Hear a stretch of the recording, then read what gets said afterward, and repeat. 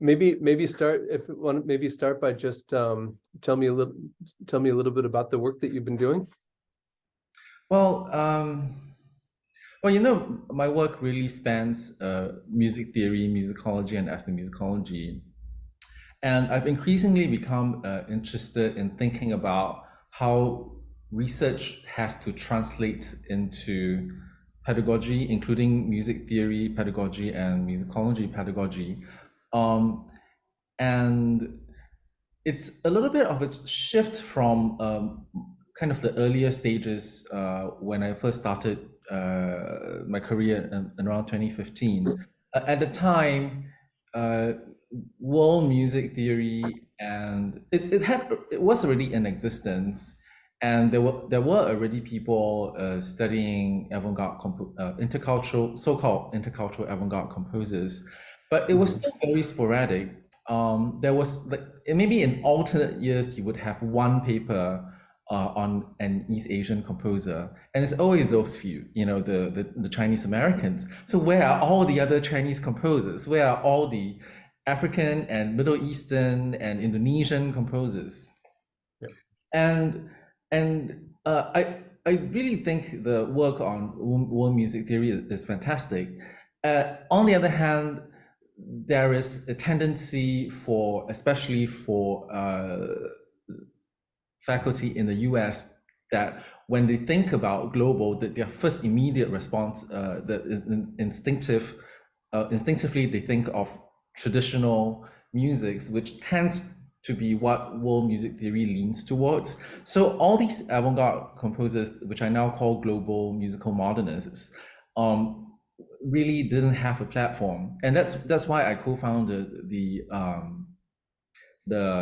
Global Interculturalism and Musical Peripheries study group with Tomoko Deguchi, and I now run the website Global Musical Modernisms, which contains blog posts that are really good introductions to a particular piece of music by a specific global composer.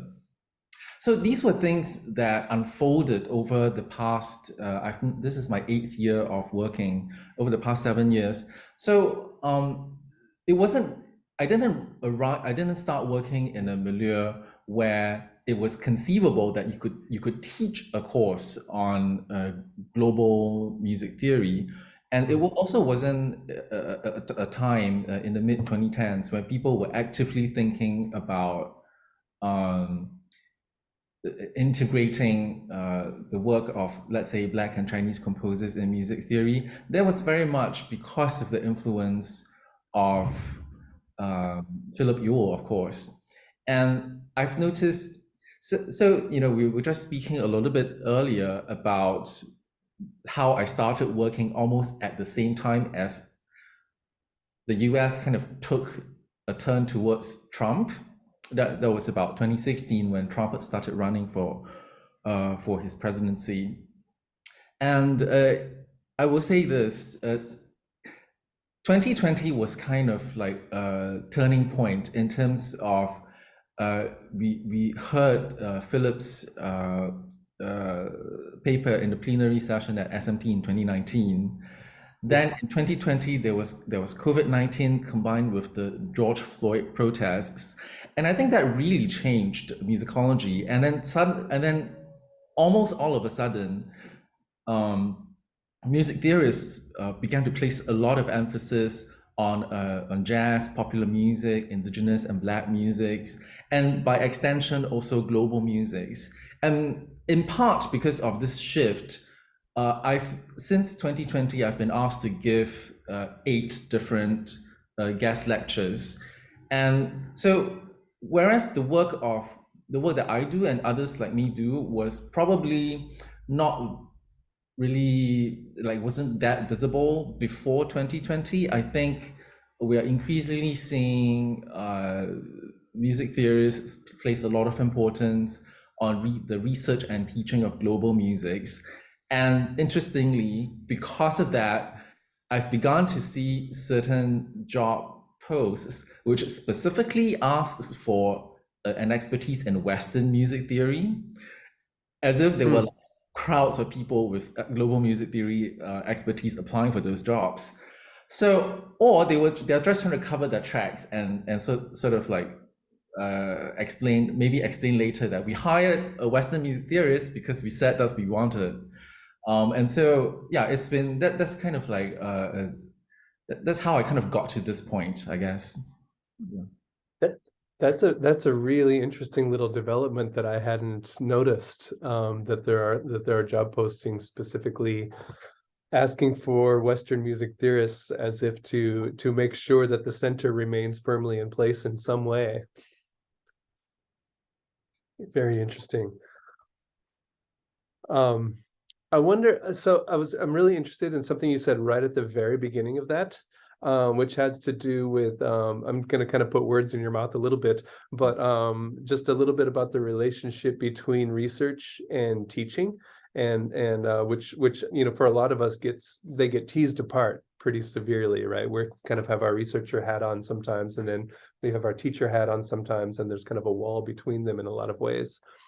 And I wonder if you could say a little bit about how the work that you've been doing in terms of your own research on global musical modernisms, and also the kind of activist work that you're doing in trying to get people thinking about global musical modernisms, how that has influenced your teaching, especially with undergraduate students. So I teach a combination of music theory and ethnomusicology. Okay, what in the US would be called ethnomusicology? It's actually a little Yeah. bit more complex than that. I've taught, basically my portfolio is more like assistant professor of miscellany. Like anything that's kind of left over, I get to teach. So I've taught format analysis a couple of times. My main portfolio is supposed to be Chinese music history. So it's not ethnomusicology as understood in the US and Australia. And the sort of bifurcation between my research and my teaching was kind of quite obvious from the beginning, because the way that higher music education has been instituted in China is very much a sort of replica of the US system, which is very problematic, of course. So this undergraduate students take Western music history, essentially Western music theory, although it's not called that, because it's still very much the case that when people think about music theory, they think of it that it just is unspoken. It means Western music theory. And then there's Chinese music history, and then there's a course called folk music, which is, I suppose, a little bit more like ethnomusicology, Chinese folk music specifically. And so whereas I was trained in my doctoral studies, my dissertation was on avant-garde Singaporean composers. So it was already global from that point. But when I started teaching, there was this like bifurcation between what my training was in and what I was teaching. So when I taught format analysis, it was quite strictly 18th century format analysis. I taught Bach and Mozart and these sort of canonical figures. And it was only later that I started thinking about, what about a global form and analysis course? And I've been wanting to teach that, and I've put together the syllabus, but I haven't had the opportunity to actually teach that yet. And I think, and in speaking with other teachers, I've kind of been like dropping hints. Like if I speak to music theory faculty in China, and because there's so much emphasis on Chinese music, I'll say things like, let's say we're having dinner, I might say things like, what are you teaching for music theory? And then if they say variations, I would go, well, do you know there's Chinese variations form in traditional Chinese ensemble music? And it's really been a kind of an eye-opening process to kind of put these different Asian and African musics alongside Western music and try to imagine what the eventual course would look like. So I've been really intrigued to find that there's so many types of variation forms, in world music. There's composed variations, of course, from the Western tradition. You have improvised variations from jazz and in Indian musics, and then you have textural variations in gamelan music, where there is a core melody, and then all the different parts are playing simultaneously playing variations of that melody, and that's kind of the same principle in Chinese music as well. And so, and then I started looking, and then I noticed that all these other forms with contrasting sections were from the sort of canonical Western repertoire. So the sonata forms, the ternary form, where you have a contrasting section. And so I've kind of been speaking to people about that, trying to get more people to be to change the way that they teach format analysis. And the other thing that I think is really interesting is to try to reimagine the theory sequence, which I actually don't teach, but I've had several conversations with people about how that could be changed. And I think it was Richard Crone who said that if you want to learn about rhythm and meter, don't bother picking up a music theory textbook, because like almost 99% of the information in most music theory textbooks are about harmony. And so that led me to thinking that if we wanted to have more world musics in there, we could actually just expand our teaching of rhythm and meter, and then of modes, and then which naturally lend themselves to the teaching of world musics. So I think it's really interesting for students to learn about how in gamelan music the metric cycle is n-weighted. So the last beat is most important as opposed to the first one, and as in Western music. It's so interesting to be able, and maybe later on in the theory sequence that where students are maybe more proficient with complex forms, we could talk about minimalist music and how minimalist composers have integrated metric processes from gamelan music, from African music, like phasing and like rotation, and changes in rhythmic density. And there's these metric processes in world musics that are just so specific, like irama and gamelan, where the music kind of like slows down to twice as slow, but the rhythmic density suddenly doubles.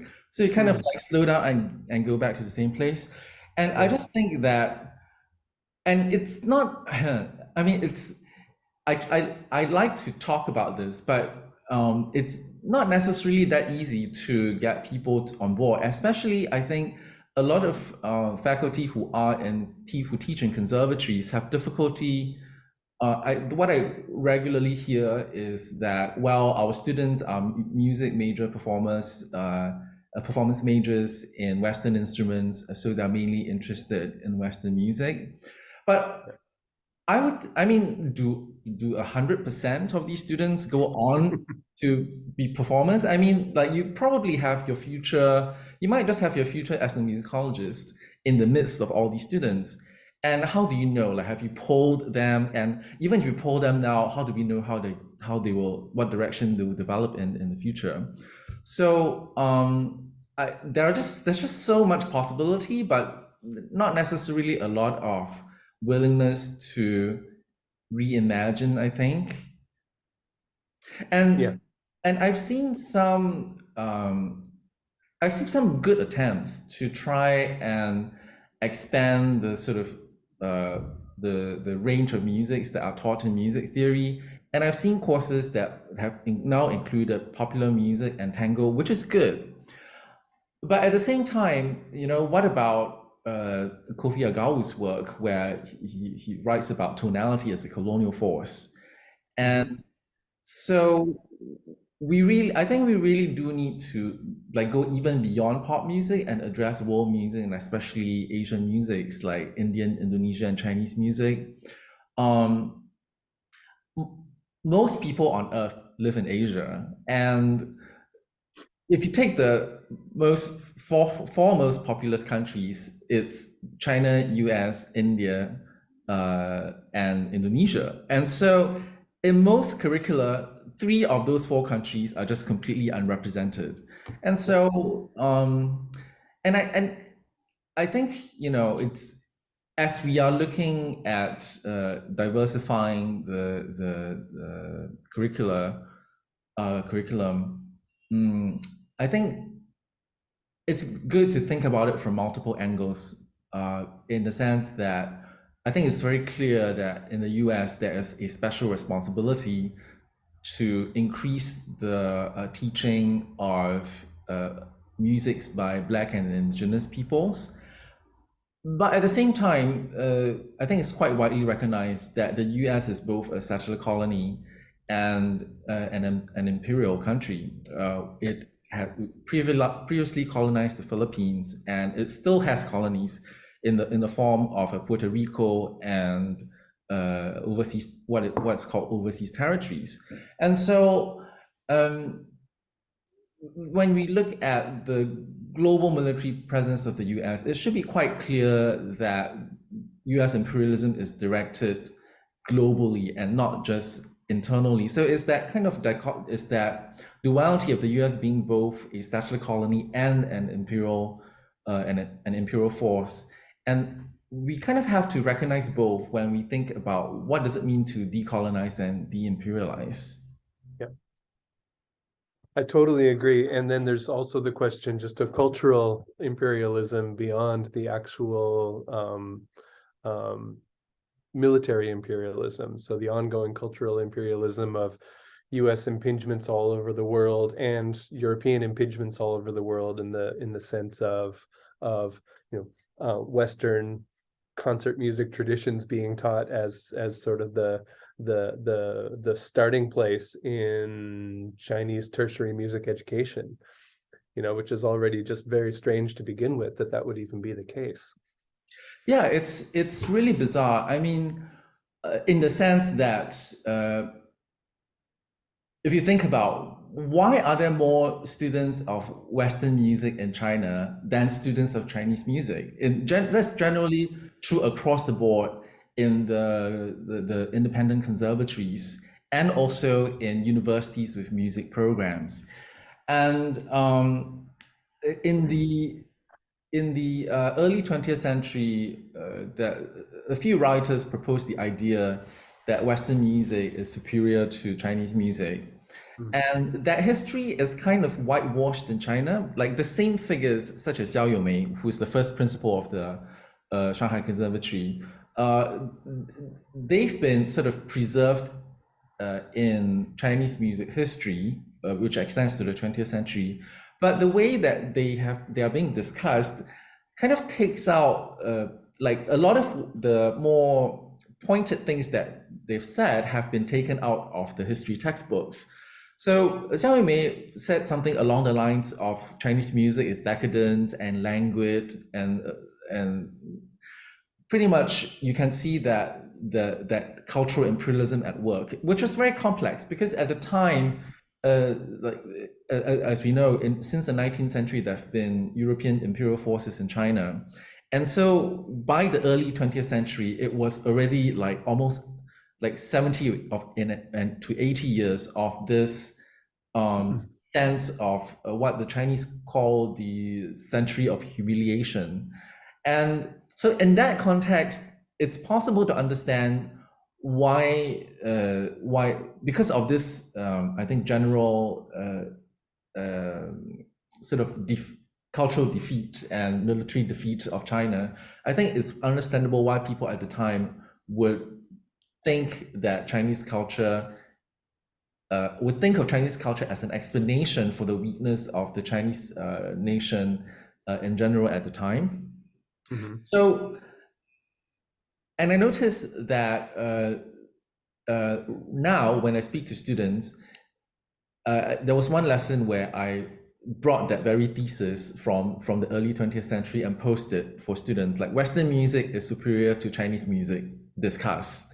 And of course, most students disagreed with that concept. So cognitively, they disagreed with that. yet this is a full class of students who who major in Western music performance. And so I think I think at this point, cognitively things have changed, but affectively and socially, the dominance of Western music is very much is quite clear. And so when we have cases of cultural imperialism like this, and then we try to use the word decolonize, the whole project becomes very complicated because the East Asian context is very different from the US context. And most discourses, most music discourses of decolonization assumes the US context, which is quite natural. And if for somebody like me who publishes in English, then it's inevitable that I have to engage with that US context and write my articles for a US audience. But I think, as I was talking about earlier, the US is a very complicated place with that duality of settler colony and global imperialism. And so there is sometimes, I think, sometimes in discussions of decolonization, most people, in fact, all the time, or most of the time in discussions of decolonization, most people take their cue from Young and Tuck's Decolonization Is Not a Metaphor, which is about indigenous decolonization. And I can see why it's prioritized in the US context. But I think there is sometimes maybe not as productive to just say that other kinds of colonization is not really colonization. It's at least been implied to me a few times that cultural colonization is not decolonization, or it doesn't deserve the name decolonization. And I think I understand where that is coming from. And I would say that probably if we think about issues in a different context, if we intentionally think about the East Asian context, there are a different set of material circumstances that we have to take into account. So I personally think of it in terms of political, cultural, and epistemic colonization. I think the most obvious example of political colonization, which is settler colonization, would be Xinjiang and Tibet, as they are controlled by China. Cultural colonization would be the phenomenon in society at large, where we have the privileging of Western music and more Western music students than Chinese music students. And epistemic colonization is that structure of music higher education that basically replicates the US model, and which creates some interesting sort of dissonances, because as I think about it, why isn't Chinese music taught in music theory classes in China? And why is it necessarily the case that Chinese music history is a different course from Western music history? And so I think when we talk about decolonization, it has to be more than, it has to be specific to a particular geography and that particular colonial form. But there are different geographies out there, and there are different colonial forms. I think it would be a mistake to not realize that Western art music is a colonial art form in the context of China, just as it is in the US.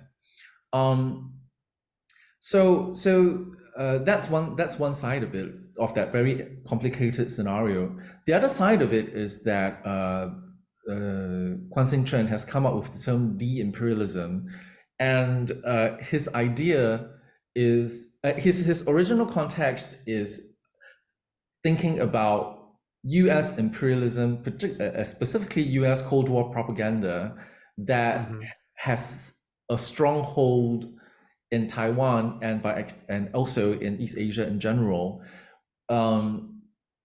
So it's about it's that discourse of U.S. as freedom fighting, which kind of goes against the Iraq invasions and U.S. intervention in And the US's entire military history, yes.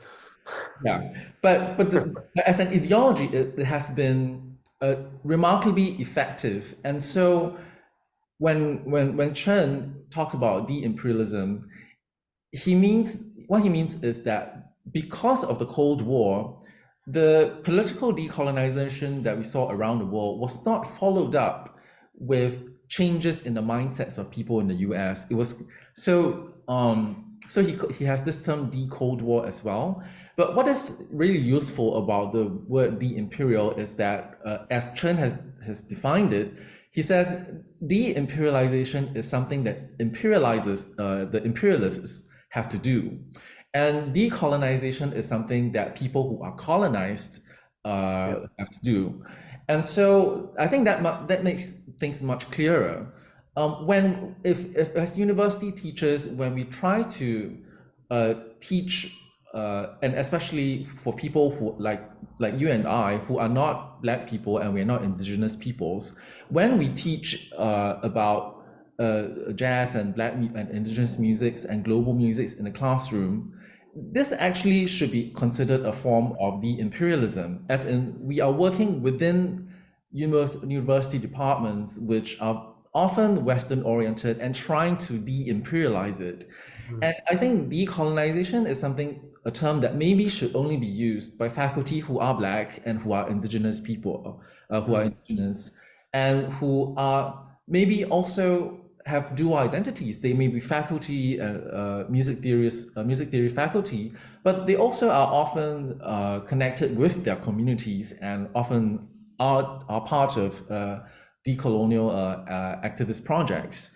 And so that's a lot of like thinking to do. And so when it's almost come to a point where it's quite impossible to use the word decolonize without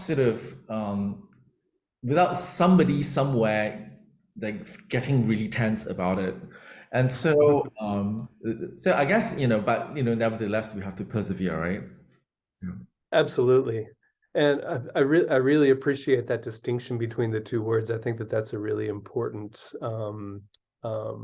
point to be reinforcing for all of us. And I think that there's some value, some real value in putting that to work too. If I, for example, as a white man, start referring to what I do as de-imperial work, and maybe even that de-imperial work is setting up some contexts within which decolonizing could happen, kind of like almost like decolonizing allyship or something like that. Yeah, I think that's an important distinction. It'll also, I was going to say something else about that. I talked over myself and I lost the thought.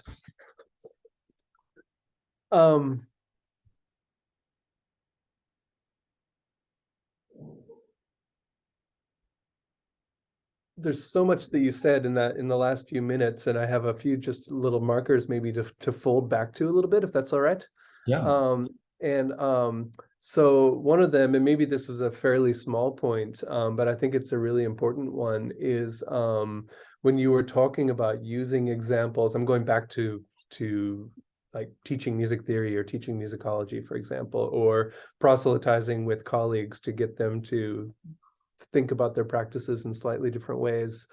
And the idea of building it around these concepts, like taking a concept like variation, like taking a concept like just the very broad concept of rhythm, or maybe a more slightly focused concept like a cycle or something like that, and then sort of developing all of the different valences that word can mean in all of these different contexts, and in doing so kind of open that up to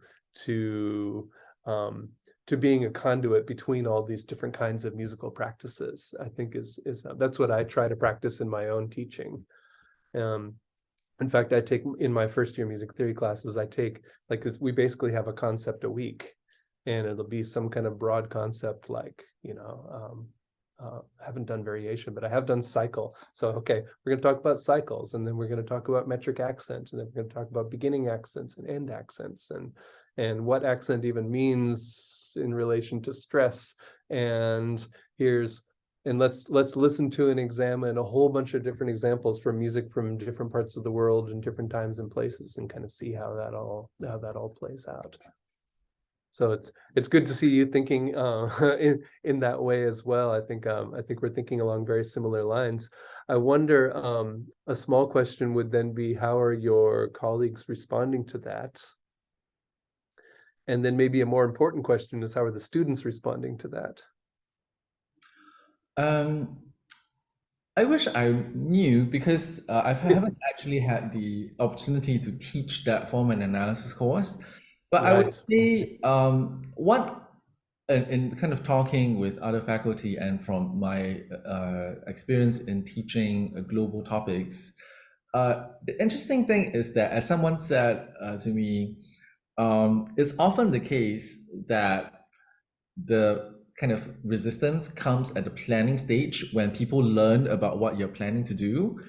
Mm. When they're past that stage, and essentially you get the go ahead, and they're not focusing on what you're doing anymore. Like, it's as if everything's fine.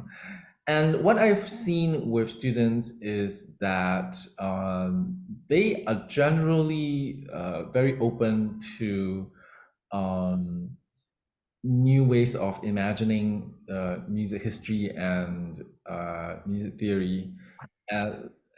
For example, I'm supposed to teach this course on an elective on 18th century music this semester. And basically what I said to students was, okay, we're going to talk about Black music history, and we are going to emancipate 18th century from its geographic, temporal, and temporal sort of boundaries. So I do start every lesson with the 18th century, specifically the Afro-French composer Joseph Boulogne. And I talk about his violin concertos and string quartets. But from there, I simply use that as a starting point to talk about Black composers of symphonic music in the 19th and 20th century. Then I ask students, well, this is what Joseph Boulogne wrote, because his father is French and he assimilated into French society. But Joseph Boulogne's mother was an enslaved African woman, and so she could have heard the music, or music such as work songs or field hollers that eventually became what we now see as popular music in the Americas. And so it's definitely not what most people would think of when you say 18th century music, but students are just like soaking it up. So I think students are very flexible and very open. And I don't know whether that has been your experience as well.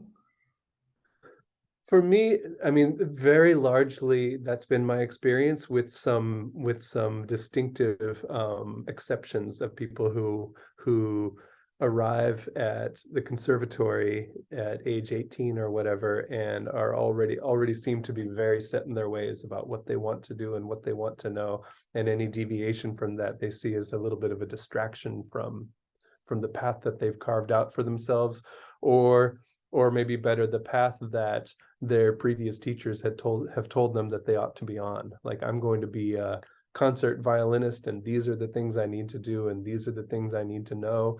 And if you steer me away from that, then you're doing me a disservice. I say most students are like that. No, I'm saying most of them are not like that. They're not like that. Okay. Yeah. But those tend to be the loudest ones. You mean that those who are not tend to be the loudest? Yeah. Uh, No, the ones who resist, the ones who resist these kind of efforts to open up the curriculum to different kinds of ideas tend to be the ones that are the loudest, because they tend to complain a lot. I see. It's an interesting. Interestingly, it's quite different here, because it's when I talk about the best sort of explanation for diversifying the music curriculum in China is that where is the Chinese music? And so when I talk to students, generally they are aware that this kind of cultural hierarchy of Western over Chinese is not it is just not a socially, first of all, not a socially acceptable position in contemporary China. And in some cases, there was one student only that I encountered who kind of was holding on to the early 20th century notions of Western musical superiority that I was talking about. And so some of the arguments that from that time, which have been floating around ever since, is that and in fact, it's still quite common on the Chinese internet, is that this idea that Western music is rational, whereas Chinese music is affective, as if no music can just like be divided so conveniently into two categories. I was like, are you sure? Like you can divide it like that, like all of Western music and all of Chinese music? And another idea that came up that he came up with was that he articulated was the idea that Western music has harmony and is therefore more rational, and Western music has all those musical forms and is therefore more rational. And I have to say, he was quickly greeted with a chorus of protests by his classmates when he said that. And so, yeah, I think the environment, perhaps the environment that I'm in is a little bit more open to that kind of decolonial discourse. Yeah, that's great. That's great to hear. I don't mean to paint the environment that I'm in that differently than that, but I do notice when those dissenting voices come around. But I found, and maybe we can even link this back a little bit to that question of what it is that students are arriving at university or at conservatory to do, and thinking about like the connection between what we're doing is when we're teaching music theory and music history and things like that, and how it relates to their practices. And because the way that I'm always trying to frame it is I'm trying to help you kind of enlarge your perspective on what possible and what you can possibly be as a musician in the future, like not limiting oneself to existing models of what a musician is. And so if somebody is a violin player or an oboe player or something like that, and kind of have this idea of like, these are the things that a violin player does, say, no, the violin can do a lot more than those things. And so let's talk about those possibilities. Let's explore other forms of musicking in order to imagine how you as an individual musician might kind of fit in a different space if the possibility opens for you. One of the things that I've tried is it's in my Chinese music history courses, I actually teach black musics. And the way I started doing that was I made it a requirement that everybody has to perform an excerpt of music for Western instruments of a Chinese composer and a black composer. And so we've now had students perform music by Joseph Boulogne, Joseph White Lafitte, Florence Price, and so on. And what I found is that it's an interesting way to bypass the West, because for these Chinese students, when we talk about, they refer to Western, when they say the word like foreign or global, inevitably it's about Western music. And so I started looking at all these examples of like Afro Asian music making, like there's the Asian American avant-garde jazz performer called Fred Ho, who led the Afro Asian music ensemble. And then there was Paul Robeson, the African American singer, who during World War II recorded what is now the Chinese national anthem, because at the time Japan had occupied northeast China, and that was like a statement of support. And and now I'm near kind of, I've passed the midpoint of the semester where I talk to students about where I kind of use a comparative framework to talk to students about the music that they've been playing, which is the kind of basically Western art music by Chinese and Black composers, and start thinking about how Black and Chinese composers started to write this kind of music. And it became a way for me to talk about colonial history. Black composers emerged in the 18th century as they became assimilated at, into European societies because of the Black Atlantic. Well, because basically of slavery, and they were kidnapped, and then these composers were descendants of slaves, of enslaved people. And what about, on the other hand, in Chinese music for symphonic music arose in the 20th century when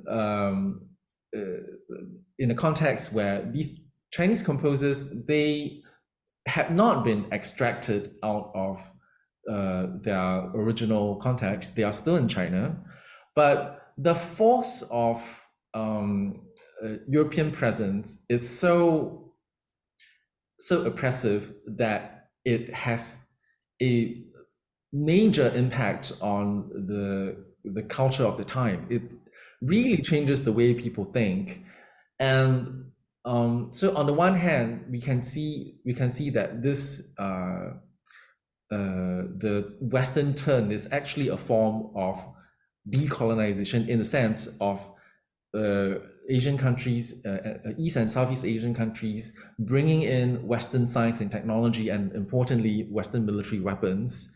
And at the same time, they brought in English and Western music.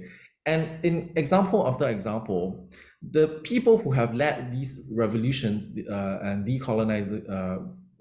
revolutions that led to national independence and decolonization, these people were trained in the West and studied in the West. For example, Sun Yat-sen, the founding father of China, studied, he was Christian, he studied British history, and he studied English.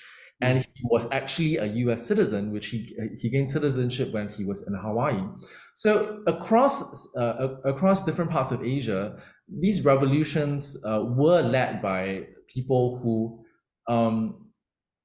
had the sense that they wanted the tools of Western languages and Western culture alongside Western technology. Whether we agree or not is a different matter.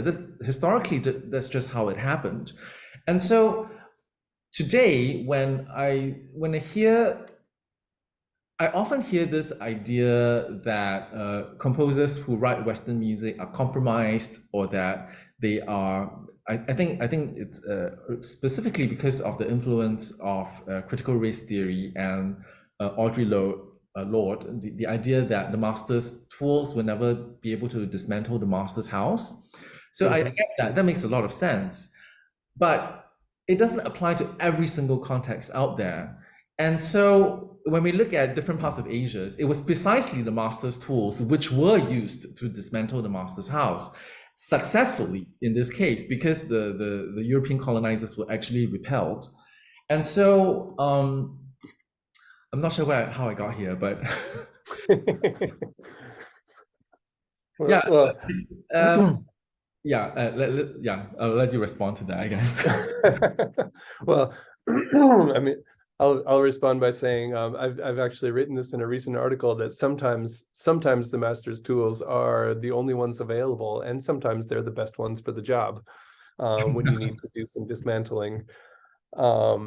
So I was just going to say, I love how you're like, I just love how you weave all these ideas together. It's a very rich tapestry, like how you get from African American composers to Chinese composers to these different points in history and these different moments in different kinds of imperial colonial relationships and subversions of those relationships and so on. So there's a lot of really good stuff going on there. Thanks for reminding me. It started from Afro Asian music pedagogy, and so to kind of like go back a little bit to that. For students, I say that I tell I point out that there is a very material connection in the sense that because the British, because of abolition, because of the British Empire banned slavery, there was a labor shortage, and Chinese coolies who were indentured laborers filled that vacuum, and technically they were free people. But what indentured means is that a laborer who has to pay for the sea journey by promising to work for his future employer for a number of years under really appalling conditions. And laborers at the time, free as they might be to whatever extent, the working conditions were just horrendous. And reportedly, in the sea journey from China to Singapore, for instance, 4 out of 10 people would die. And the working conditions in places like Papua New Guinea have been described as near slavery conditions. And there were, in fact, people who were enslaved in Southeast Asia as well. And there've been some research on orchestras of enslaved people, enslaved Indonesian people, and by that I mean the symphonic orchestra. And yeah, so with that, so on the one hand, there is that sort of concrete material link between the Black and Chinese communities. So these Chinese coolies then came to the U.S., where they brought with them Chinese opera that Nancy Rao has studied in quite extensively, and but yet Asian American musics are often just not included in the syllabus at all. And it's very much the case that it kind of follows that mentality that Asian Americans are foreigners who are not assimilable. And of course, that's something that's a construct of white society in the US. So the idea that we could teach Black and Chinese histories alongside one another and have these comparisons of Black composers in the 18th century and Chinese composers in the 20th century who were in very different contexts, but who nevertheless felt the force of European coloniality. That was something that I found really powerful, and it kind of it diverges from this trend of constantly linking back to the West when we think about global, because a lot of studies in global music history has that tendency, and it's not inaccurate, because if you talk about, let's say, just the symphonic music by Chinese composers, it is a global kind of history. But there are, I think we kind of need to maybe think in different directions if we don't want to sort of keep centering the West as a reference point. Yeah. What do you think of the term, just to throw another term into the mix, but one that Anna Yu Wang and I have been using for some of our work, which is provincializing Europe in the global conversation? Yeah, I guess yeah, that's part of the conceptual vocabulary that we all share. And actually, I think it was 2020. I had a panel that used precisely that term, provincializing. Yeah. So I think I would say there are probably a few ways to think about it. One is to be more inclusive. I remember Martin Schertzinger had a paper in that panel as well, where he was very much against this idea of inclusive multiculturalism, and of course there have been a lot of critiques of that. But his point was that when we think about temporality in music, it's very much shaped by European ways of thinking. That is that Newtonian sense of infinite time and like little increments of time. Which is not necessarily the case for African temporality. And so that And so maybe there is a sense in which what we have to provincialize is actually like temporality itself, which is quite kind of a daunting task. But I think there's something in there about being able to identify the certain tools that we take for granted in music theory as actually not sort of neutral terms, but actually having a European genealogy. Yeah, I think that's right. Yeah. Oh, I think you froze. Oh, have I? Oh, you unfroze. Okay. I think that's right. So I like to think about something like, oh, I'm getting lots of feedback now. Something like epistemological provincialism or something like that, which maybe is just another way of saying epistemological relativism, which is always a bad word. And so to get away from the word relativism, which seems to bother a lot of people, then slipping another word in there that allows us to be thinking about these different kinds of ways of thinking and doing that are connected to particular times and particular places, I think has a lot of value.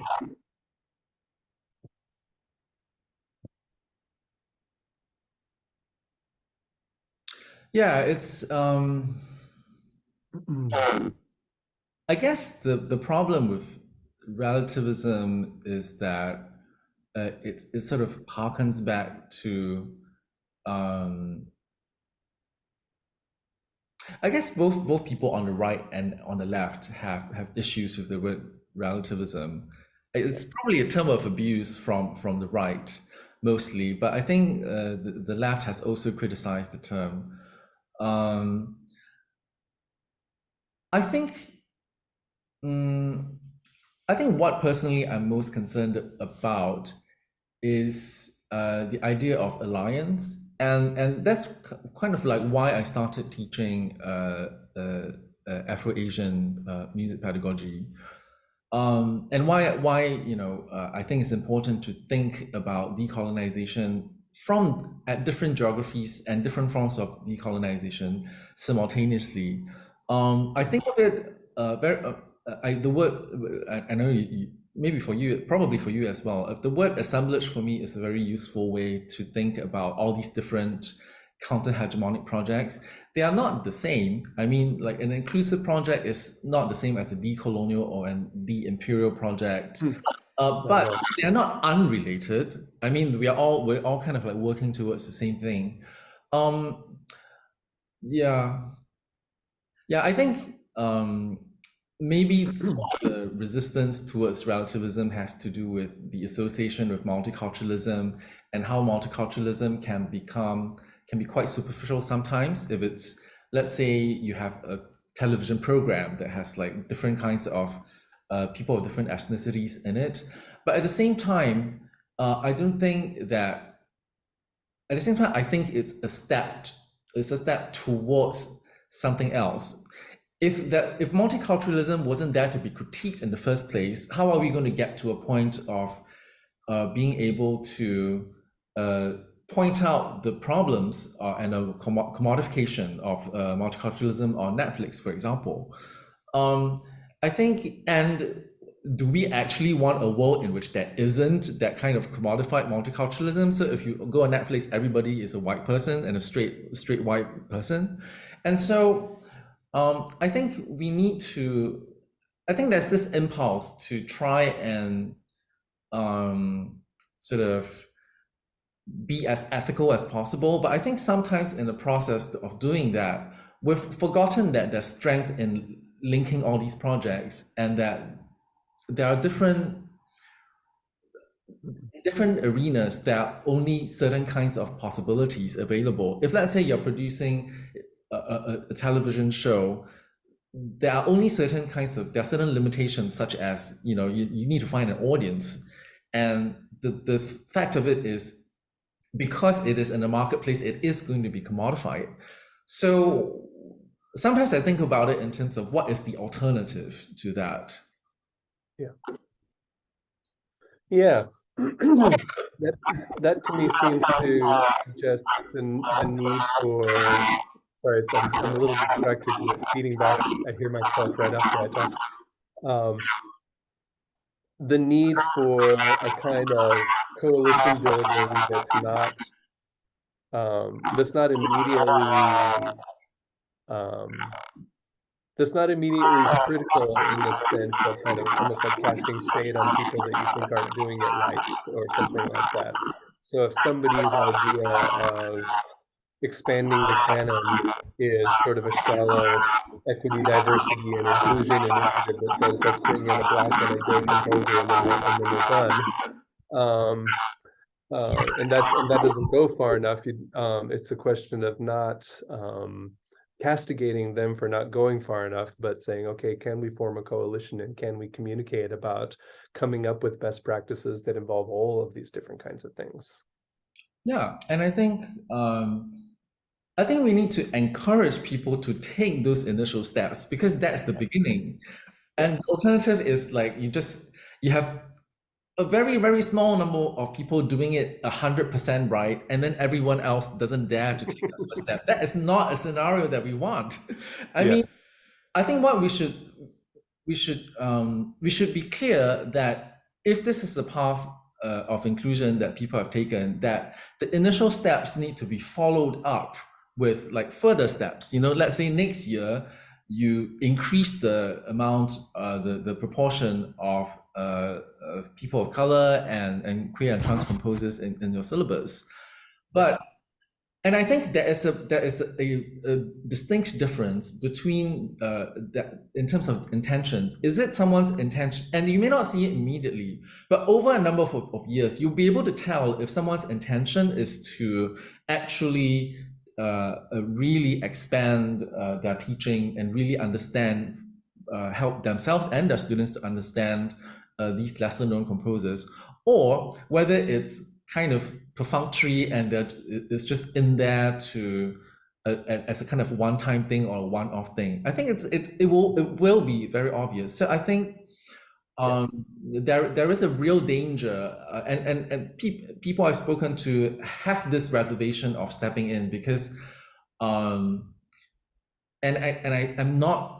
I don't think it's necessarily the most productive thing. I think it's important that we are clear about, you know, what is unacceptable, but also that we have an environment where it's possible to be encouraging and people can sort of see how to take steps, little steps, and kind of build on that.